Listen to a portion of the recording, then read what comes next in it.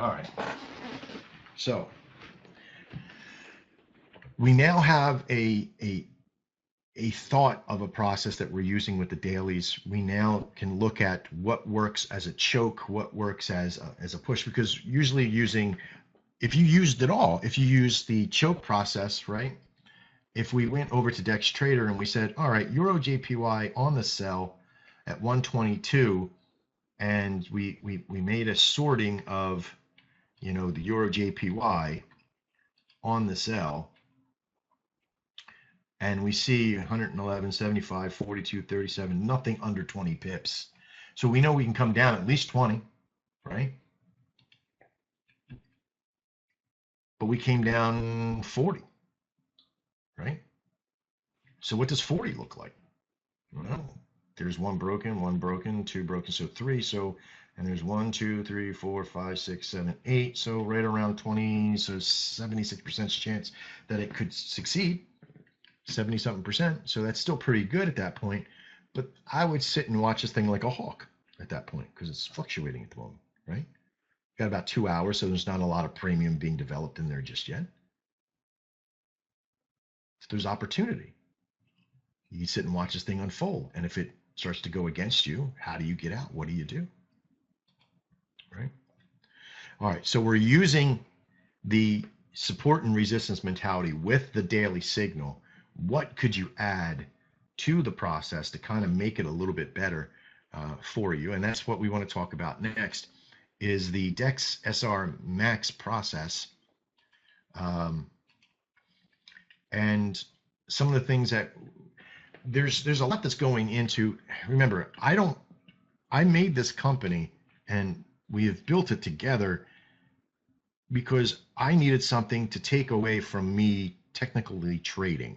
So even though that I can technically trade, okay, with technical indicators and tools, I want to make it to where my system, I don't want to call it a bot, okay, but my system does all that thinking for me, right? And just spits out my signal, and then I go do what I got to go do, right? And then I can add minimalistic tools to this process, right? It's like making a building, right? If I want to make a framed out wall, right? I have a couple choices that I can do, right? I can grab the pre-made lumber from the hardware store to make the wall, or I can go to the woods and cut it all down myself and make them myself, right? So I can cut all the wood down and do it myself, plane it all out and do all that, or I can go to the store and get it. And that's basically what I did, is I made a giant pre-manufactured lumbering company that does it all by itself and automatically, that spits out the lumber that gives me the main work done already, and that's the signal side, right? And that's what I really needed for it to do. So I'm going to show you a part of the process that is not about entering into trades, but exiting the trades. And what do you need to exit a trade? And we need one very important thing. We need an event to happen. Now, this event is not necessarily what you think. It's not about just news or a process or, Sheryl Crow just got a Grammy or whatever, or, Donald Trump says hello to everybody and now they hate the word hello. It doesn't matter what it is. What matters is that the event is broadcasted in a process, in an indicator, or what have you. All right, and I'm going to show you what that is right now. Now, you can find now in some of our indicators, I've added some presets to indicators on Dex indicators, and the Dex MACD is a nice little powerful one to use, and I want to show you how you're going to use that in exiting trades, not even just in the SR Max that we're going to give you, but basically in just in anything that we have. If you get into a short-term trade, I want to be able to show you how to get out with an event happening that's very powerful, and this is called a crossover. Now, in all signals or in all indicators that use multiple lines or volume or anything else, there is always an event signature that happens with all of them. So this does not mean that every event signature that happens, like in a stochastic or in an EMA or in a Bollinger Band or in multiple Bollinger Bands and all that stuff works. I'm telling you what works for this particular one because I've tested it and I use it, and I'll show you, right? Now, let me give you the tour here. If I go to DexTrader, I come up here and I go to performance and I come here, you're going to be able to see, I'm going to open this in a new window. You're going to be able to see this is a page. This is my trading that I do. These are actual trades that are being done. Now, of course, this is demo. Let's be real, right? I say it right up here. It's demo. I'm not an idiot. I'm not going to be testing out systems with my live account. Okay. I don't care how rich you are. I don't care how much money you got in the bank. If you test out live, you're being an idiot, right? Because you're just wasting money. You don't know how it's going to turn out, and you might as well go and put it all on black at the casino, right? All right. So I want you to see this. We started this out last week on the 25th, and we sort of went flat out and just started really making it work. This is not a lot of trades for an entire company, but it is a good amount of trades for an individual to go from the 25th to the 30th and make $639 trading one contract at a time. Okay. Now you'll see that there is a green minus here. Now, why did I do that? And this is what we call an exit trade, or an exit or a scalp, if you will. Remember what I said, if you're going to scalp for the positive. If you're going to scalp, okay, if you get to your number, 22, 23 bucks, or scalp for the negative, but be able to do both sides. And I'm going to show you what I had to do here to make that happen. Now, why didn't I count it as a loss? I don't count a scalp for the win if I scalp out for less than what my profit margin is. Okay. If I scalp out for less than my profit margin, I don't count as a win. I count it. You would almost say that this looks like a tie, right? But it's not. I'm going to count it as a scalp. And if the scalp was positive or negative, makes no difference. Makes no difference in my book because it was a scalp. I'm showing you what the win-loss ratio is with the availability of how many times you can have to scalp. So you'll see this third number in here all the time. This is how many scalps were there. Okay. Now I'm leaving it green because this is not a negative connotation to me.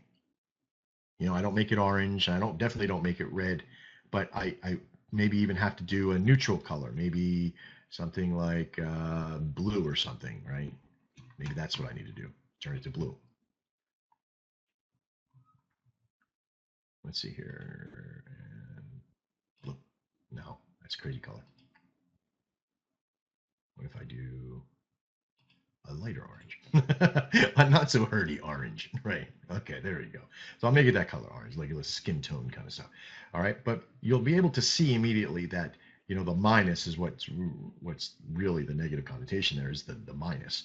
So the reason why this happened was because we were able to get into this machine spit out the information of me being able to get in for this level, right? And then I got because I was watching the chart at the time, and for my chart, I'm going to show you what it looks like here in just a second. I did this process. I got out, and I'll show you how I did that here just now.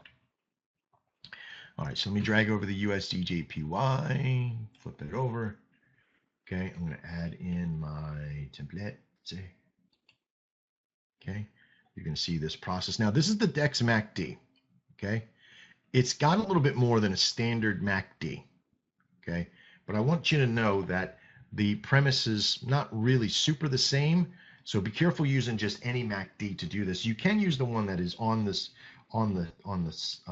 website as well. That's for the web-based on DexTrader, but still keep in mind it doesn't have the same feel as this one. So if you want to use hours, that's fine. If you want to use the one that's on there, you can use a version of any MACD in there, but keep the numbers the same: 12, 26, 9. Very easy to do. Okay. Now, what we're looking for, okay, is I got to find that timeline that I was on.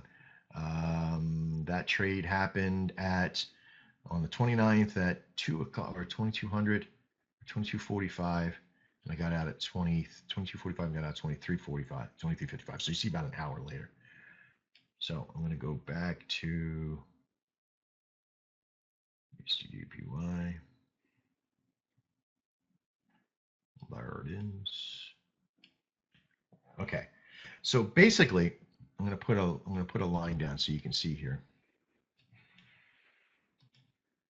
So basically, I got in at let's see, 2300, 2340, right about there. Okay. I got in for that process, and you can see that I got in as a sell, right?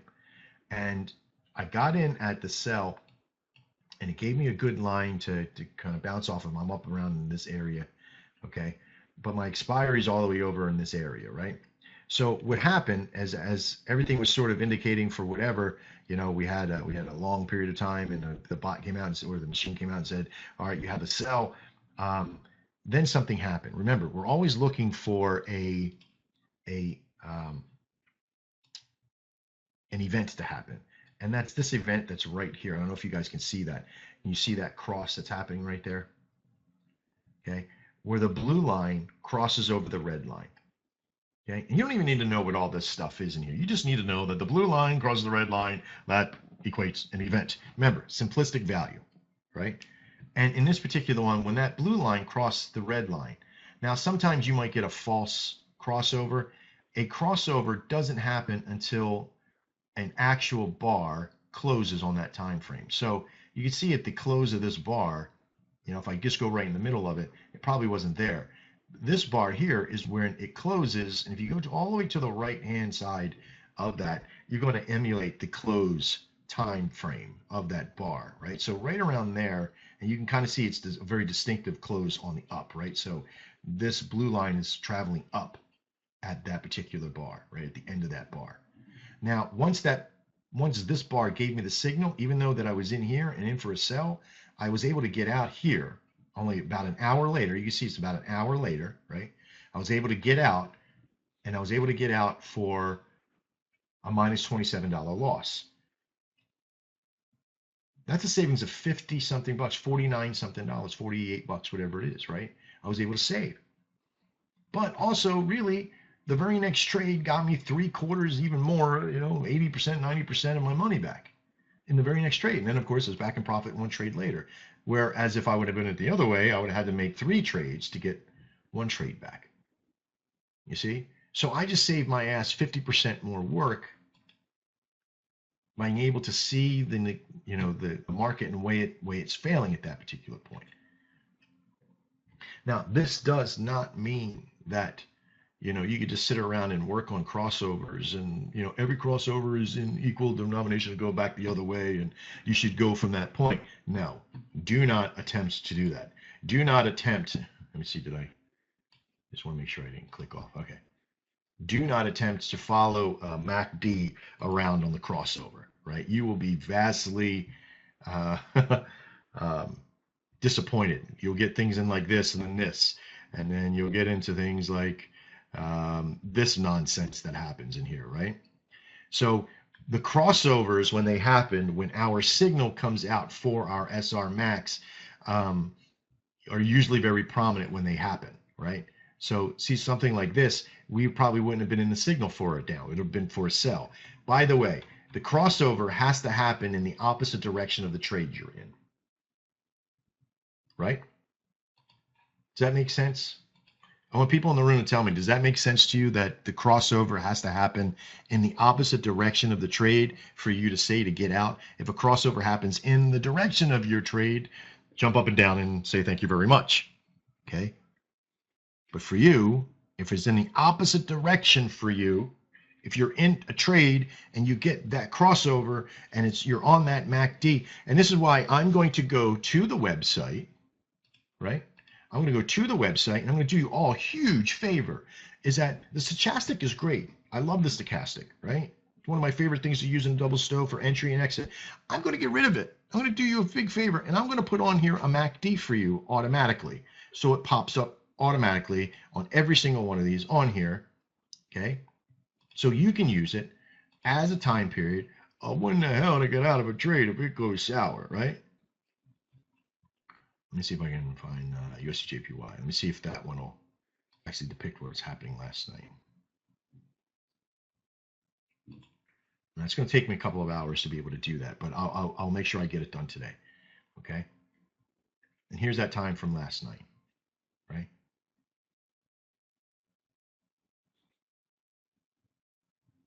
That crossover right there, it gets validated right there. And we say get out because we were in for a sell, right? Because we got in over here. We got in here at 22. What did we get in? 22 something, right?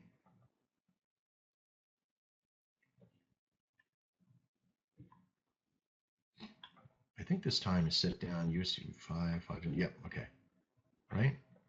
So as soon as that validated, we were off to the races, right? We said, let's get out. And now there are things that you can do that are more advanced, right? If you get this crossover happening at an SR level, you could, if you know, if it's powerful, but again, don't use the crossovers as a depiction of that's the direction it's going to be going for a long time. You will get bars that go against you with that process. All right. So keep that in mind. All right. So I hope I hope it makes sense to you for that process. That alone of being able to do that one process, being able to get in and out of a trade, that if it's going against you, a lot of people ask us, when should I get out? If you apply all your charts with that, just that one thing, getting into any of the signals, if you're into a signal and it's in the wrong direction for you and it's crossed over in the wrong direction, you might want to look at getting out at that point, saving yourself from not even getting into that point. If you get there and it's crossed over in the opposite direction, maybe the signal was tricked during news, maybe it was whatever it was.